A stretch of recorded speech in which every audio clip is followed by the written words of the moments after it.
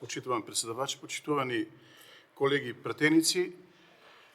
Пред да започнеме со денешната расправа на оваа седница, имаше една од опозицијата една бледа пресконференција и истите пратеници од Социјалдемократскиот сојуз, кои што до пред еден ден велеа дека нема да дозволат задолжување, со дебати, со расправа, со аргументи, че не убедат дека тие, односно нивното, овој што е тврдење е во право, односно се во право, одеднаш избегаа и ја напуштија седницата на Комисијата за финансирање на буџетот. И сега, свежи ми се сеќавањата од едно пред 2 години, кога тие беа опозиција и тие ја водеа Комисијата за финансирање и буџет. До мене од мојата десна страна е колегата Љупчо Пренџов, кој што на секој негов говор му почнуваше со реченицата нов ден, ново задолжување. Нов ден, ново задолжување. Почитувани, до толку ја задолжија државата, што сега тие ќе ни водат политика како треба да се води една држава, како не требало да се задолжува и така натаму и така натаму.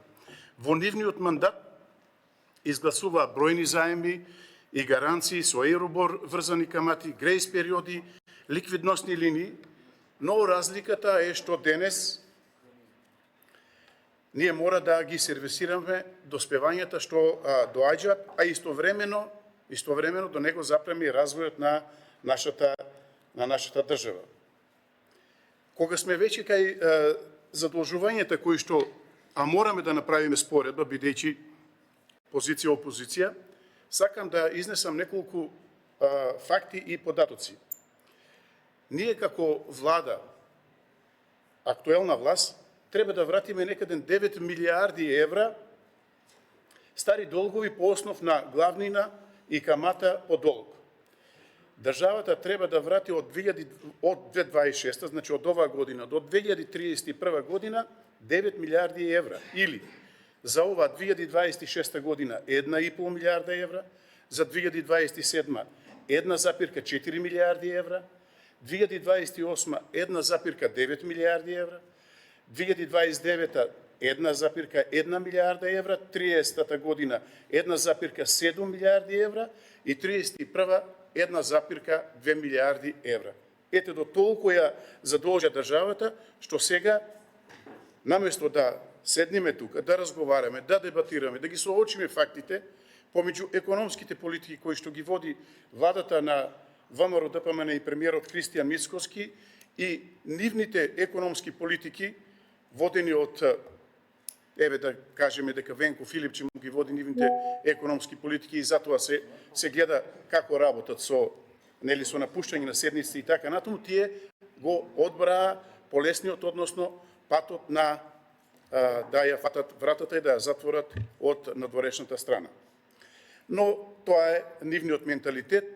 Ние мораме да дебатираме и да објасниме на граѓаните дека ова задолжение или задолжување во наводници, како што тие велат дека е за крпање на дупки, апсолутно не станува збор за тоа, туку ова е одговорно управување со наследени долгови и стабилизирање на јавните финансии и финансирањето во развој. Ова задолжување не е адхок задолжување, како што сакаат и милуваат тие од опозицијата да зборуваат, него ова е дел од буџетот кој што е усвоен некаде во буџетот кој што го усвоивме за 2026 година и сега се поставува прашањето зошто ниту тогаш, ниту сега не дебатираат дека ова задолжување е штетно.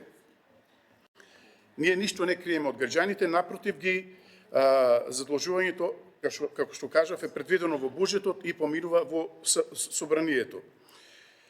Сега овие што го удвоија јавниот долг денес ни држат, пак ќе кажам, лекции за задолжување.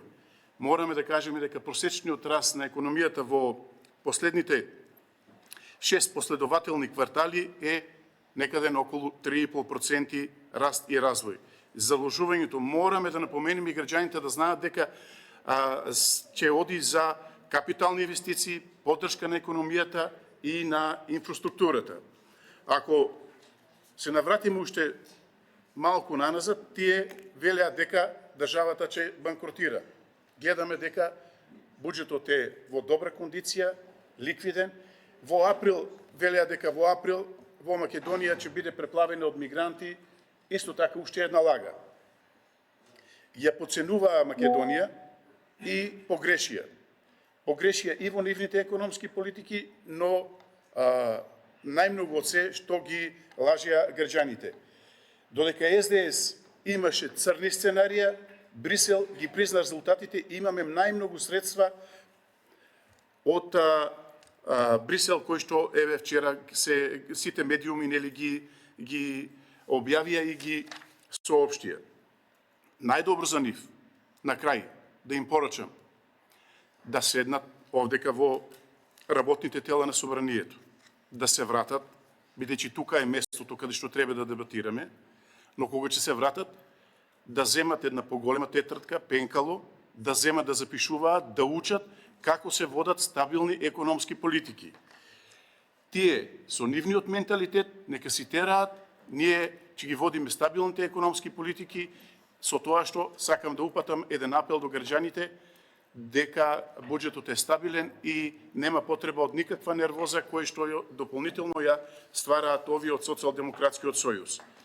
За крај,